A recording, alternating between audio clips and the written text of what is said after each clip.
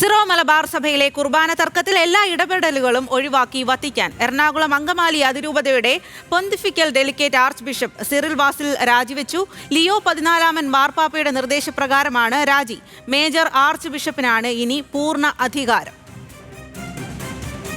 വിവരങ്ങളുമായി അനിൽ ജോർജ് ആണ് ചേരുന്നത്. അനിൽ, എന്തായാലും ഇപ്പോൾ വത്തിക്കാൻ കൂടി ഇക്കാര്യത്തിൽ കൈയൊഴിയുന്ന ഒരു നിലപാടിലേക്ക് നീങ്ങിയിരിക്കുന്നു എന്നുള്ളതാണ്. വലിയ തരത്തിൽ ചർച്ചകൾ അല്ലെങ്കിൽ വിവാദങ്ങൾ, തർക്കങ്ങളൊക്കെ രൂക്ഷമാകുന്ന ഒരു സാഹചര്യത്തിലാണ് വത്തിക്കാനും ഇക്കാര്യത്തിൽ കൈയൊഴിയുന്നത്. എന്തെല്ലാം കാര്യങ്ങളാണ് അവർ ഒരു നിലപാട് അല്ലെങ്കിൽ തീരുമാനങ്ങളായി ഇപ്പോൾ സ്വീകരിച്ചിരിക്കുന്നത്?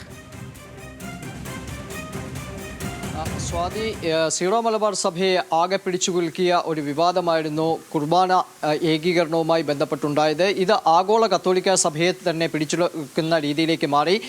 അന്നത്തെ മാർപ്പാപ്പയായിരുന്ന ഫ്രാൻസിസ് മാർപ്പാപ്പ നേരിട്ട് 2 തവണ, അതായത് കത്തിലൂടെയും അതിനുശേഷം വീഡിയോ മുഖേനയും കുർബാന ഏകീകരണത്തെക്കുറിച്ച് സംസാരിച്ചു. അത് നടക്കാതെ വന്നതിനെ തുടർന്നായിരുന്നു ഒരു പൊന്തിഫിക്കൽ ഡെലിഗേറ്റ്, അതായത് മാർപ്പാപ്പയുടെ നേരിട്ടുള്ള പ്രതിനിധി, മാർപ്പാപ്പ തന്നെ നേരെ എത്തുന്നു എന്ന നിലയിൽ തന്നെ ഉള്ള പ്രതിനിധിയായി ആർച്ച് ബിഷപ്പ് സിറിൽ വാസിലിനെ നിയമിച്ചത് 2023 ഇത്തരത്തിൽ നിയമനം നടന്നത്.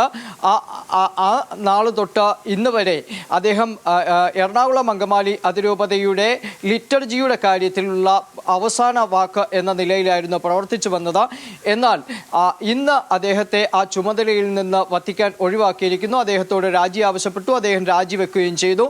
ലിയോ 14 മാർപ്പാപ്പായുടെ നിർദ്ദേശപ്രകാരമാണ് അദ്ദേഹം അത്തരത്തിൽ സ്ഥാനം ഒഴിഞ്ഞത് എന്ന് വത്തിക്കാൻ വ്യക്തമാക്കുകയും ചെയ്തു. ഇത് സംബന്ധിച്ച് വത്തിക്കാന്റെ പൗരസ്ത്യ കാര്യാലയങ്ങൾക്ക് വേണ്ടിയുള്ള കാര്യാലയ അധ്യക്ഷനും ഒപ്പം തന്നെ ഇന്ത്യയിലെ വത്തിക്കാൻ സ്ഥാനപതിയെയും ഇക്കാര്യം കൃത്യമായ നിലയിൽ രേഖാമൂലം അറിയിക്കുകയും ചെയ്തു. അവർ മുഖേന സീറോ മലബാർ സഭയുടെ മേജർ ആർച്ച് ബിഷപ്പിന് ഇത് സംബന്ധിച്ച കത്തും വത്തിക്കാൻ കൈമാറുകയും ചെയ്തു. ഇതോടെ എറണാകുളം അങ്കമാലി അതിരൂപതയുടെ കാര്യത്തിൽ പൂർണ്ണ അധികാരം സീറോ മലബാർ സഭയുടെ മേജർ ആർച്ച് ബിഷപ്പിന് തിരികെ ലഭിച്ചിരിക്കുകയാണ്.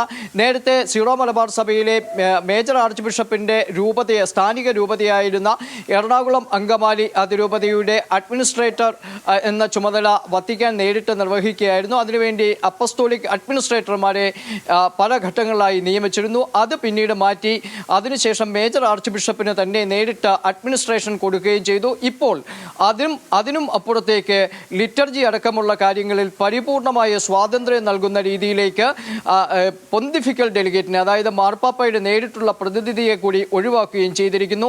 ഇതോടെ ഈ സിനഡ് പക്ഷം എന്ന വിഭാഗത്തിന്, എറണാകുളം അങ്കമാലി അതിരൂപതയിലെ സിനഡ് പക്ഷത്തിന്റെ അവസാന പ്രതീക്ഷയും നഷ്ടപ്പെടുന്നു എന്ന ഒരു നില കൂടി വന്നിരിക്കുകയാണ്. അതായത് ഈ അടുത്തിടയ്ക്ക് ഉണ്ടാക്കിയെടുത്ത സമവായം സംബന്ധിച്ച് വത്തിക്കാൻ അത് അംഗീകരിക്കില്ലെന്നും മറിച്ച് പൊന്തിഫിക്കൽ ഡെലിഗേറ്റിന്റെ ഭാഗത്തു നിന്ന് ശക്തമായ ഇടപെടൽ ഉണ്ടാകും എന്നും ഉള്ള ധാരണയിലായിരുന്നു അവർ നിലനിന്നത്.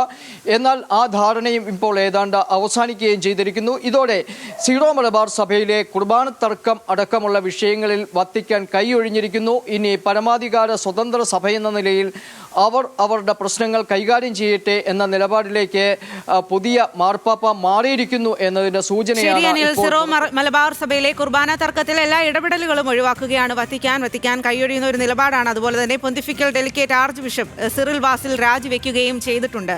ആ വിവരങ്ങളാണ് അനിൽ ജോർജ് നൽകിയത്.